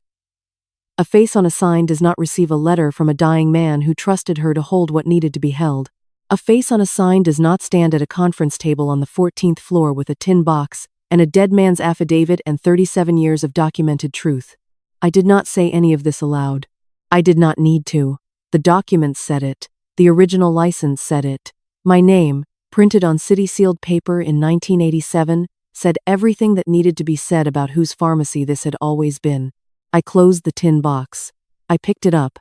I held it in both hands the way I had carried it into the room. Vincent finally looked up from the table and met my eyes. I held his gaze for a long moment. Then I looked away, toward the window, toward the city spread out 14 floors below us, ordinary and enormous and indifferent, going about its business the way cities do, while the specific human dramas inside their buildings resolve themselves one document at a time. The Meridian attorney was already on her phone, stepping toward the corner of the room, her voice low and professional and final. Arthur touched my arm briefly. Just once. Outside the conference room window, somewhere far below, the city moved and breathed and continued, as it always had, as it always would, entirely unaware that inside this room, on this morning, a woman had opened a tin box and let 40 years of truth speak for itself. The days that followed moved differently than the days before them. Before, time had the quality of water held in cupped hands. I was aware of every moment passing, aware of the pressure of the closing date, of the 16 days becoming 15, becoming 8, becoming the morning. I carried the tin box into a building made of dark glass and permanent-looking things. After, time returned to its ordinary texture. Morning becoming afternoon, becoming evening, the lemongrass in the garden needing water. The incense burning down at its usual pace. I was at home on Tuesday morning, 3 days after the Meridian meeting, when Arthur called. He did not say good morning. He said, "They've turned on each other." I set down my tea. He told me what had happened in the 48 hours since Meridian's lead attorney had paused the closing and excused herself to call her firm's senior partners from the corner of conference room B. Vincent and Derek had left the building separately. Not together, which Arthur found significant and which I, thinking about it afterward, also found significant. 2 men who had planned something together for 18 months, who had sat across from me, in my own kitchen presenting unified explanations, who had coordinated documents and timelines and embossed portfolios. Those 2 men had taken separate elevators and walked to separate cars and driven in separate directions. The plan had held as long as it was winning. The moment it stopped winning, it had become a problem each of them wanted the other to own. Derek had contacted Supervisor Chen's office on Monday evening. He had asked about the process for making a voluntary disclosure. He had used the phrase cooperation and good faith 3 times in a single message, which Supervisor Chen told Arthur suggested he had either consulted an attorney very quickly or had been preparing for this possibility longer than any of us had known. What did he disclose? I asked. Everything, Arthur said. Or very nearly. The notary arrangement, a former colleague whose expired license Derek had simply assumed was still current, which he now claimed was an honest error, which Supervisor Chen did not find convincing but which was at least a position. The inflated maintenance contracts, the intermediary account, the DN consulting services arrangement. He provided account records, transaction logs, correspondence. He gave them Vincent. I did not feel triumph when Arthur said this. I want to be accurate about what I felt. It was more like the feeling of setting down something heavy that you have been carrying for a long time, not joy exactly, but the absence of weight, which can feel similar but is not the same. What about Vincent? I asked. Arthur paused in the way he paused when he was organizing information carefully before speaking. Vincent contacted Meridian's legal team directly, he said. Yesterday afternoon. He offered to restructure the transaction to restore the pharmacy to its original ownership configuration and proceed with the sale on that basis, with the distribution revised to reflect your actual ownership stake rather than the 4% that had been designated. He offered to fix it, I said. He offered to fix it in a way that still resulted in a sale, Arthur said. He is not yet understanding that the sale itself is no longer on Meridian's table. I asked if Meridian had responded. Their attorney sent a formal letter this morning withdrawing from the transaction entirely. They cited material misrepresentation in the ownership documentation provided during due diligence. They are retaining their own records for potential legal referral. I looked out my kitchen window. The morning light was doing what it did at this hour. Direct and clear. Showing the garden in full detail. The lemongrass, the perilla, the small irregularities of soil that meant the plants were actively growing, pushing upward in the quiet way of things that do not require observation to continue becoming what they are. The pharmacy is still mine, I said. Yes, Arthur said, unambiguously. The LLC filing has been flagged for administrative review pending the fraud investigation. In the interim, the original incorporation documents stand as the valid operative structure. Nguyen Family Pharmacy, as founded in 1987, is owned by Mei Nguyen. I thanked him. I told him I would come to his office that afternoon to begin the formal restoration paperwork. He said the orchids in his spare room had produced 3 new flowers and I could see them when I came, which was the closest Arthur came to celebrating. Lily arrived at my house at noon without being asked. She came through the front door the way she had since she was a teenager, key in the lock. Door opening before I had a chance to respond to her knock. Her presence filling the hallway the way it always had, larger than her actual size. She brought food. Enough for 2 people, purchased from the market near her studio, packed in containers she set on my kitchen table with the practical efficiency of a woman who expresses care through action more readily than words. We ate together. For most of the meal, neither of us spoke about what had happened. She asked about the garden. I told her the perilla was doing well. She asked if I had spoken to Richard. I said I was going to the pharmacy in the afternoon. She asked about Mrs. Lone and I said I had called her Sunday morning, and that Mrs. Lone had said, in the tone she used for things she considered self-evident, that she had never doubted this outcome for a single day. Then Lily said, "He called me. I did not ask who. Yesterday afternoon," she said. "Before he contacted Meridian, or maybe after, I'm not certain of the order. He asked if I had provided the signature analysis to anyone. He asked it in a very careful way, phrased as a question about process rather than accusation. But I understood what he was asking. What did you tell him?" I said. I told him yes. I told him I had provided it to Arthur Pham, which I had, and to the appropriate parties, which I also had. I told him I had looked at 2 signatures and described what I observed, which was accurate and observable, and which any qualified examiner would have found independently. She set down her chopsticks. He said I had misunderstood the documents. He said the signature on the amendment was mine, not yours. Mine, that he had asked me to sign something for him years ago, and I had forgotten. He said it in the specific way of someone constructing a new story while still believing the old one might be recoverable. I looked at my daughter. She had her father's eyes, and her father's instinct for people, and she had grown, while I was perhaps not paying close enough attention, into a woman of considerable precision. The signature analysis she had sent to Arthur had been 3 pages of careful, specific, professionally articulated observation. It had not been the work of someone who misunderstood what they were looking at. "What did you say?" I asked. She met my eyes. I said, "I know what I looked at, and I know what I wrote, and I know the difference between a mark made by habit and a mark made by effort." And then I told him I needed to go. She picked up her chopsticks again. I was glad she had not needed me to tell her what to say. That was its own kind of information about who she had become, and I sat with it quietly while the afternoon settled around us, and the food grew slightly cool on the table. That evening, Vincent came to my door. He did not call first. He knocked, and I looked through the window before answering, and I saw him standing on my front step in the dark blue suit he had worn to the Meridian meeting, except now the jacket was over his arm and the collar of his shirt was open, and he looked like someone who had been wearing the same clothes for a day and a half and had not been home to change. I opened the door. He looked at me for a moment. Then he looked past me, into the house, toward the altar shelf on the far wall, toward the photograph he had grown up seeing every day of his childhood, toward the incense bowl that had been burning in that spot since before he was old enough to understand what it meant. "Mom," he said. Just that, not my name. Not the prepared sentences and professional vocabulary he had brought to every other conversation in the past 18 months. Just the word he had used for me before he had decided what I was worth. I stepped back from the door. I let him in. He did not sit down. He stood in the middle of my living room, his jacket over his arm, and he looked at me with the expression of someone who has arrived at the end of a very long road and found it was not where he had been trying to go. I had planned for many versions of this moment across the days of preparation. I had imagined various things I might say, various questions I might ask. I had, in my more human moments at 2 a.m, imagined saying things that were not generous or measured, or becoming to the woman I believed myself to be.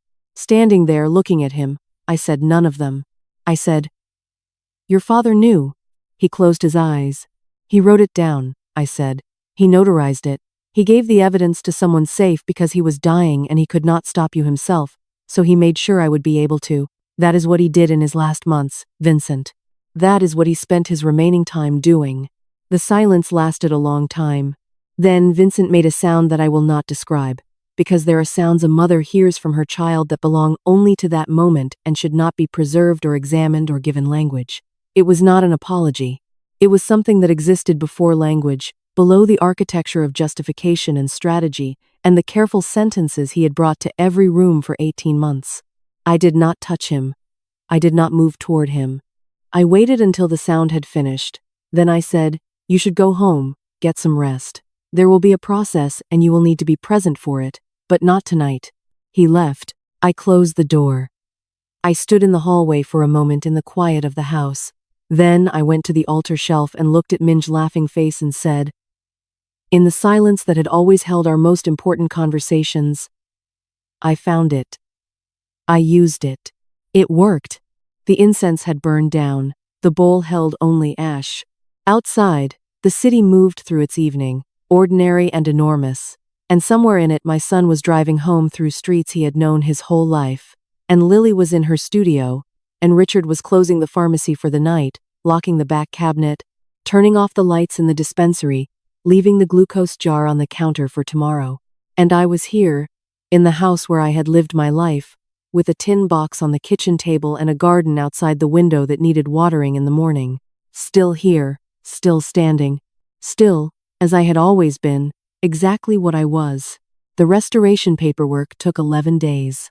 11 days of documents and signatures, and formal correspondence between Arthur's office and the City Business Licensing Bureau and the registration office where, 6 weeks prior, someone had filed an amendment that should never have existed. 11 days of Supervisor Chen's methodical process, each step documented, each correction entered into the official record, with the deliberate care of someone who understood that the record itself was the point, not just fixing the error, but making visible the fact that an error had been made and by whom and at what cost. I went to the pharmacy every day during those 11 days. Not to manage anything in particular. Richard had the operations well in hand, as he always had, as I had known for 15 years that he would. I went because the pharmacy needed to see me there, or perhaps I needed to see myself there, standing at the dispensary counter in the morning light, checking the inventory, speaking with the customers who had been coming for 20 and 25, and in one case 31 years, the elderly man who always came on Thursdays for his heart medication and always asked how my garden was doing because I had mentioned the lemongrass to him once, years ago. And he had never forgotten. The garden is doing well, I told him, as I always did. Lemongrass is persistent. It comes back. He said that was good to know. He took his medication and left, and I watched him go, and the morning continued. The formal reinstatement came on a Tuesday. Arthur called at 9:15 with the confirmation. The LLC designation had been administratively voided. The original articles of incorporation were restored as the operative legal structure. Nguyen Family Pharmacy, as founded by May and Min Nguyen in 1987, was unambiguously and completely mine. I thanked him. He told me the orchids were still flowering. I said I would come see them soon. I stood in my kitchen for a moment after the call, holding my phone, not doing anything in particular. Outside, the morning was doing what Tuesday mornings do: birds, distant traffic, the neighbor's cat crossing the garden wall with the unhurried confidence of an animal that has determined the wall belongs to it. Ordinary things. Precise and irreplaceable. I went to the altar shelf. I lit the incense. I poured 2 cups of tea. I stood in front of Min's photograph and looked at his laughing face, the raised hand, the joy that could not be contained by the frame, and I said, aloud this time, not in the interior language of private conversation but with my actual voice in my actual kitchen on a Tuesday morning, "It is done. Your name is still on it. Mine is still on it. The pharmacy is still ours." The incense rose in a thin, straight line in the still air of the room. I watched it for a moment.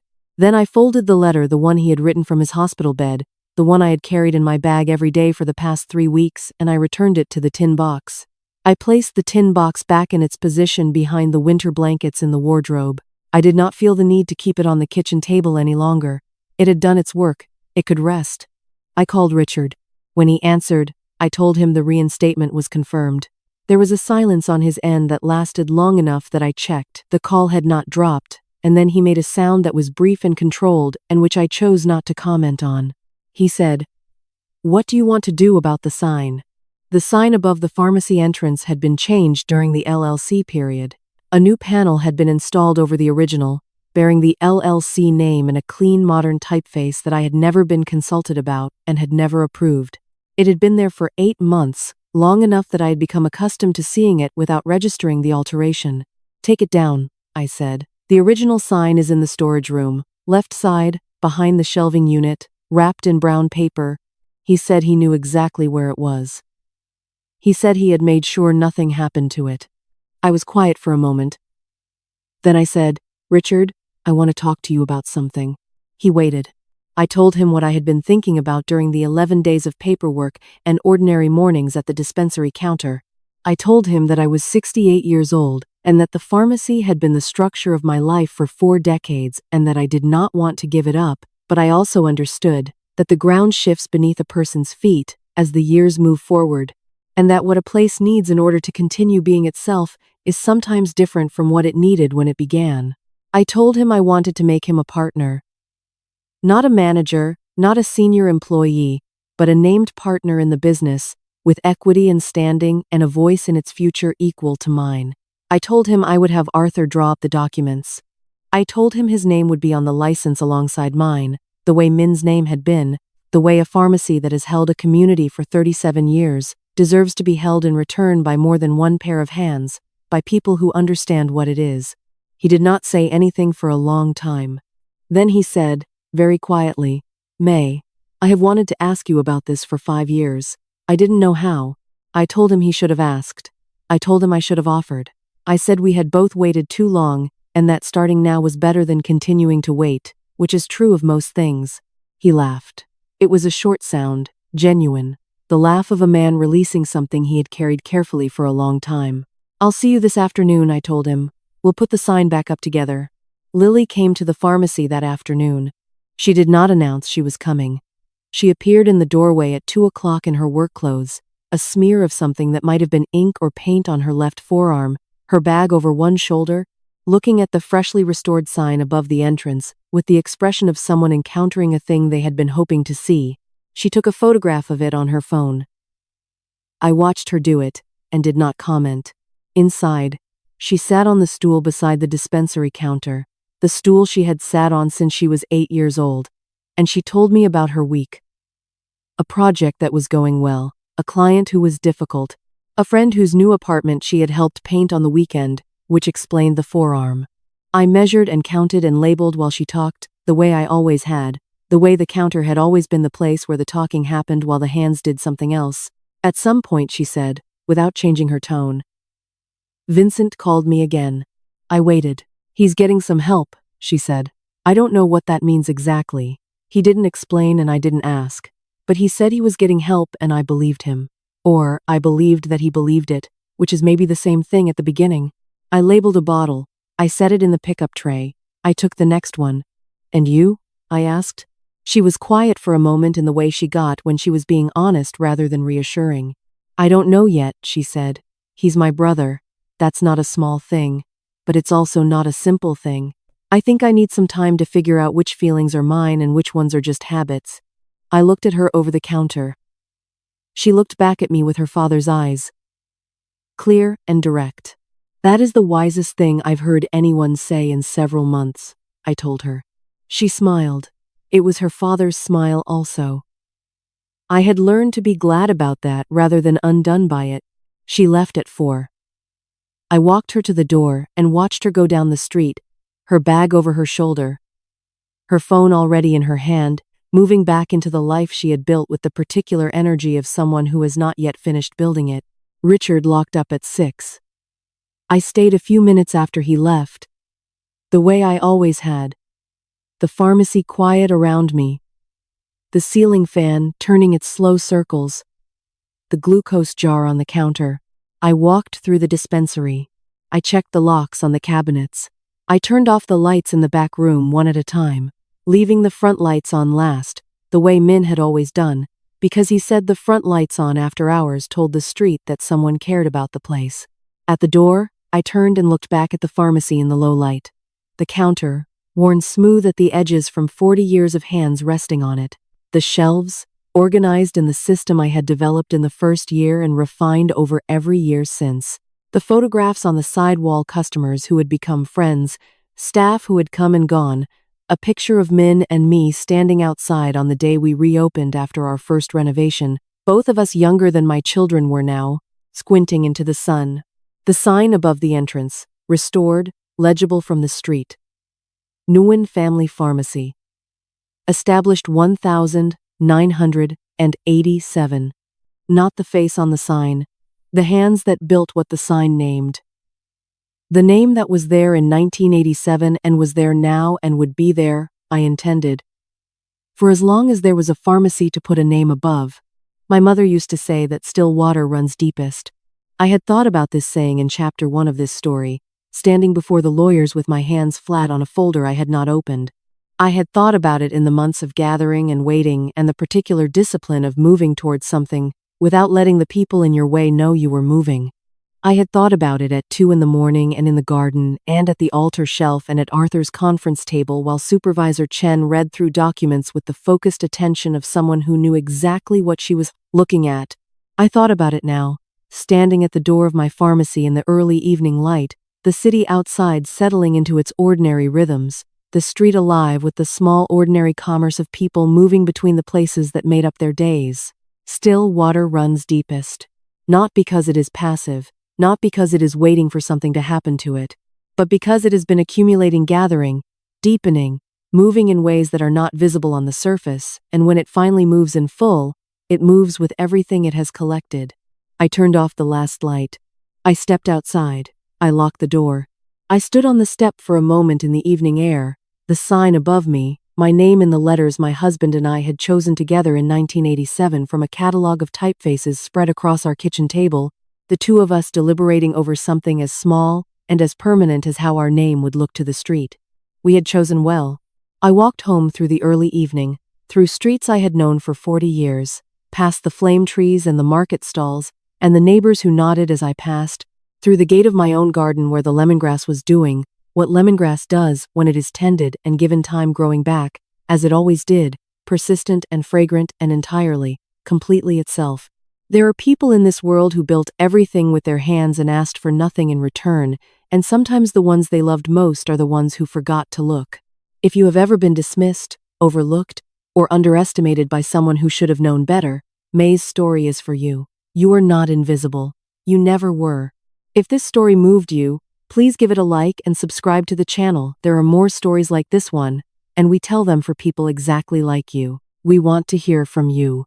Do you believe May was right to confront Vincent the way she did, or would you have handled it differently?